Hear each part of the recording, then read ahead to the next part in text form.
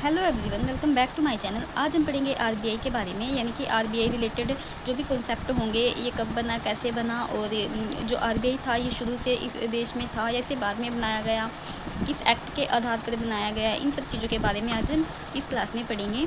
तो चलिए स्टार्ट करते हैं आज की क्लास को। तो बात करते हैं 1770 की। जो 1770 का दौर था ना, जब ब्रिटिश गवर्नमेंट का राज था, तो वहाँ से देश में बैंकों की शुरुआत हुई। यानी कि सबसे पहला बैंक जो था ना, वो 1770 में खुला था। और 1770 से लेकर 1920 तक आते आते ना 600 प्लस बैंक थे जो इंडिया में ओपन हो गए थे। लेकिन क्या हुआ कि ओपन तो हो गए थे, ये 600 प्लस जो बैंक थे वो ओपन तो हो गए थे, लेकिन इनको ना रेगुलेट करने वाला, इनको गाइड करने वाला कोई भी ऐसा बैंक नहीं था जो इन सबको गाइड कर सके। और इनको ये जिस दिशा में जा रहे थे ना बैंक, उससे क्या था, देश का ना भला होने वाला तो नहीं था। इसलिए 1920 में क्या हुआ, जो इंडियन और ब्रिटिश गवर्नमेंट थी ना, उसने क्या किया है कि हिल्टन यंग कमीशन की शुरुआत की, जिसे हम royal commission of Indian currency and finance भी कहते हैं। इस कमेटी का गठन किया, हिल्टन यंग कमेटी का गठन किया। और 1926 आते आते, यानी 1926 आते आते, इस कमेटी ने सुझाव दिया देश को कि अपना देश को कहा कि आप ना अपने देश में ना एक ऐसा बैंक बनाइए जो देश के मतलब कि यानी कि हिल्टन यंग कमीशन ने ना देश में क्या किया कि एक केंद्रीय बैंक बनाने की सिफारिश की। और उसने कहा कि जो देश का सेंट्रल बैंक होगा ना, वो 3 काम करेगा। यानी कि एक तो वो लाइसेंस देगा देश के जो दूसरे बैंक होंगे उनको, और उनको उनके रेगुलेशन का काम करेगा, और करेंसी इशू करेगा, यानी कि नोट छापने का काम जो है वो सेंट्रल बैंक ऑफ करेगा। लेकिन क्या हुआ कि हिल्टन यंग कमीशन ने जो सुझाव दिया था ना 1926 में, इस क्या हुआ कि इनकी बात को ना अनसुना कर दिया। और ऐसे क्या हुआ, तो 1929 में ना मंदी आई देश में, विश्व भर में। और उसमें क्या हुआ, जो ये 600 प्लस जो बैंक थे ना, इनमें से बहुत से बैंक डूब गए अमेरिकी मार्केट में। और यूएस मार्केट में जब ये बैंक डूब गए और इनमें से कुछ बैंक बंद हो गए, तब जाकर हमारे देश की जो हमारे मतलब कि हमारा तो राज नहीं था, जो इंडियन ब्रिटिश गवर्नमेंट थी ना, उसने क्या किया, मतलब कि 1934 में ना एक एक्ट पास किया, आरबीआई एक्ट 1934। और उसके तहत ना 1 अप्रैल 1935 को आरबीआई की स्थापना की। और ये उसी दिन से आरबीआई ने अपना काम करना शुरू किया, यानी कि ऑपरेशन करने शुरू किए। आरबीआई एक्ट, जिस एक्ट के तहत पास किया गया, उसे वैधानिक निकाय के रूप में भी जाना जाता है। यानी कि ना जो आरबीआई एक बॉडी है, वो स्टैचुरी बॉडी है, एक्ट के आधार पर बनी हुई, ना कि कॉन्स्टिट्यूशनल बॉडी है। तो ब्रीफ में कि 1920 में ये जो टाइमलाइन दी गई है, जैसे 1920 में हिल्टन यंग कमीशन आया, और 26 में इसने सुझाव दिए कि आप अपने देश में एक सेंट्रल बैंक बनाइए। वो क्या करेगा, लाइसेंस देगा देश के अन्य बैंकों को, और रेगुलेट करेगा बैंकों को, और करेंसी को क्या करेगा, इशू करेगा। उसके बाद 1934 में क्या हुआ, एक एक्ट पास किया गया, आरबीआई एक्ट 1934। और उसके तहत ना 1 अप्रैल 1935 को आरबीआई की स्थापना की गई। और 1937 में क्या हुआ कि जो आरबीआई का जो हेडक्वार्टर था ना, शुरू में वो कोलकाता में था, और पहले तो कोलकाता में था, और 1937 में ना इसे शिफ्ट करके मुंबई कर दिया गया।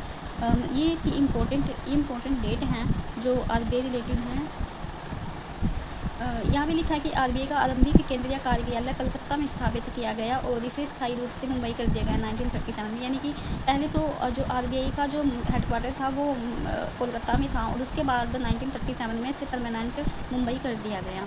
तो 1 जनवरी 1949 को आरबीआई का नेशनलाइजेशन किया गया, यानी कि राष्ट्रीयकरण किया गया। राष्ट्रीयकरण क्या होता है, जो आरबीआई थी ना, वो पहले सरकार के अंडर नहीं थी, यानी कि उसमें जो पूर्ण कैपिटल थी ना, वो सरकार की नहीं थी, वो प्राइवेट थी। तो जब मतलब कि यहाँ देखिए कि जो आरबीआई था ना, उसको बनाने के लिए ना कुछ लागत तो चाहिए थी, कुछ कॉस्ट, पैसा तो लगा होगा। तो जो सरकारी पैसा था ना, जो सरकार गवर्नमेंट का था, तो उसने क्या किया, उस टाइम जो टोटल कॉस्ट आई थी ना आरबीआई को बनाने में, वो थी 5 करोड़, ठीक है। और 28 करोड़ थे गवर्नमेंट के, और जो प्राइवेट कंपनी थी ना, प्राइवेट सेक्टर के थे 4.78 करोड़।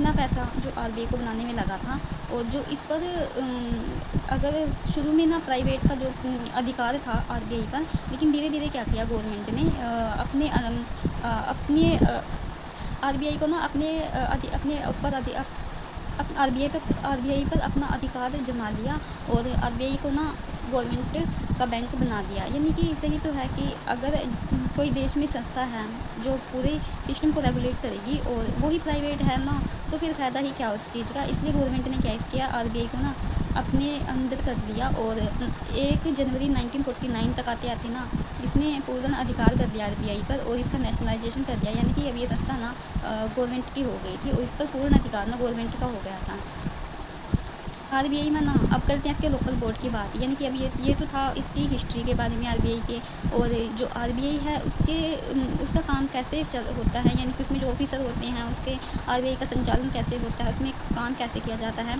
इन सब चीज़ों के बारे में हम ना आगे पढ़ेंगे। तो आरबीआई के लोकल बोर्ड की बात करते हैं। इसमें 4 लोकल बोर्ड होते हैं, एक नॉर्थ में होता है, एक वेस्ट में, और एक ईस्ट में, और एक साउथ में।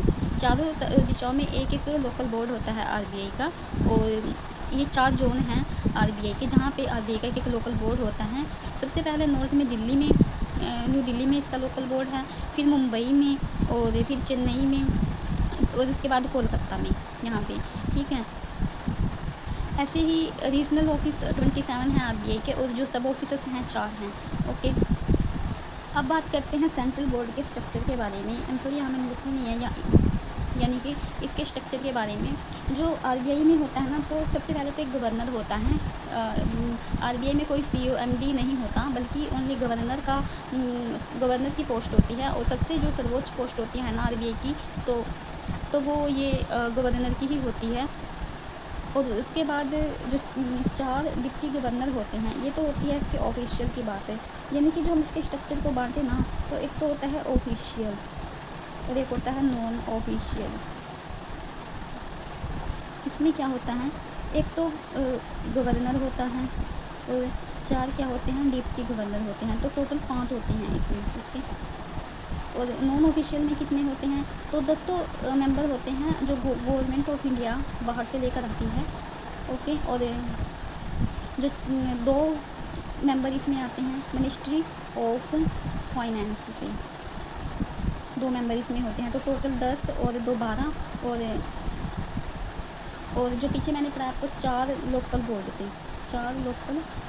से, तो टोटल देखते हैं कि 10 2 12 और 4 16, और 5 ये 16 और 5 21, तो 21 मेंबर होते हैं आरबीआई के। आरबीआई में जो इसके स्ट्रक्चर को जो आरबीआई के जितने भी काम होते हैं उनको देखते हैं, यानी कि सर्वोच्च ऑफिसर होते हैं वो होते हैं ये। और तो आज की वीडियो में इतना ही, और मिलते हैं नेक्स्ट वीडियो में। Thank you for watching this video. अगर आपको ये वीडियो अच्छी लगी हो, प्लीज़ चैनल को सब्सक्राइब कीजिए, वीडियो को लाइक कीजिए, और शेयर कीजिएगा। Thank you for watching this video. Bye.